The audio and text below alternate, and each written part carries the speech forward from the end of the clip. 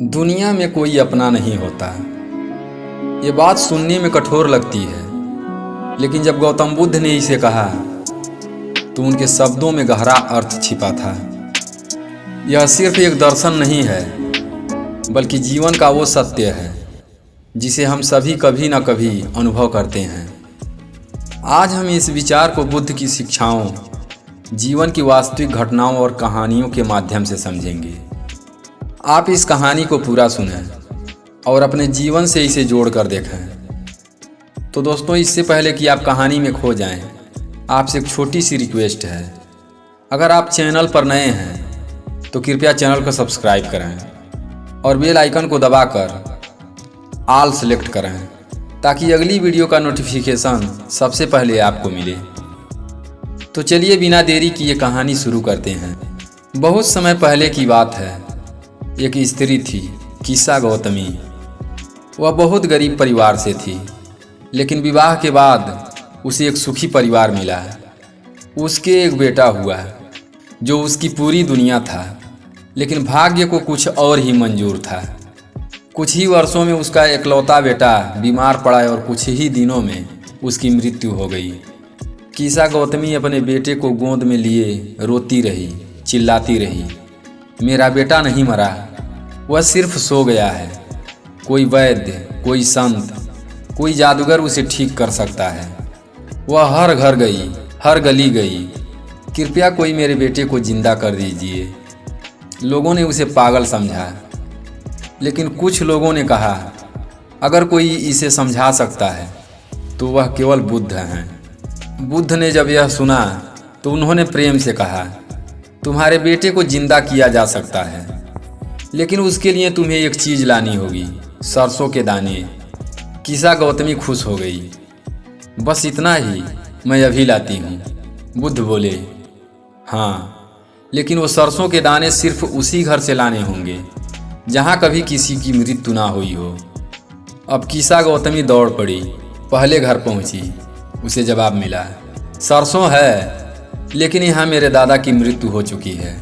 दूसरे घर पहुँची, हम सरसों दे सकते हैं, लेकिन हमारी माँ इस दुनिया में नहीं रही। तीसरे घर पहुँची, मेरे भाई की मृत्यु हो चुकी है।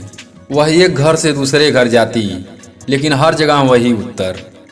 शाम होते होते उसकी आंखें खुल चुकी थी। वह समझ चुकी थी, मृत्यु संसार का नियम है, कोई किसी का नहीं होता। यह शरीर हमारा नहीं है, जीवन का सबसे बड़ा सत्य। कीसा गौतमी बुद्ध के पास लौटी और बोली, भगवान, मुझे अब सरसों के दाने नहीं चाहिए, मुझे सत्य का ज्ञान हो गया है। बुद्ध मुस्कुराए और बोले, इस संसार में कोई अस्थाई नहीं है, जो आया है वह जाएगा। अगर तुमने अपने बेटे के जन्म को स्वीकार किया था तो उसकी मृत्यु को भी स्वीकार करना सीखो। कीसा गौतमी उसी क्षण सन्यासिनी बन गई और जीवन भर सत्य की खोज में रही। दोस्तों, भगवान बुद्ध कहते हैं, मोह तुम्हें अंधा कर देगा। जब तक कोई व्यक्ति तुम्हारे सुख में है, तुम्हारे साथ है, तुम उसे अपना समझते हो, लेकिन जैसे ही कठिन समय आता है वही अपना दूर हो जाता है। हम इस सत्य को अपने जीवन में भी देख सकते हैं। जब तक आपके पास पैसा है, लोग आपके आसपास रहेंगे। जब तक आप दूसरों की मदद कर सकते हैं, लोग आपको याद करेंगे। लेकिन जिस दिन आप कमज़ोर पड़ेंगे, वही लोग दूर चले जाएंगे। यही संसार का नियम है, कोई किसी का नहीं होता। भगवान बुद्ध द्वारा दूसरा उदाहरण, बुद्ध और राजा प्रसेनजीत की कहानी। एक बार राजा प्रसेनजीत बुद्ध के पास आए और कहा, भगवान, मैं बहुत चिंतित हूँ। मेरा परिवार बड़ा है, मेरी सेना बड़ी है, मेरे मित्रों की संख्या भी हजारों में है, लेकिन मुझे डर लगता है कि कोई भी मेरे साथ अंत तक नहीं रहेगा।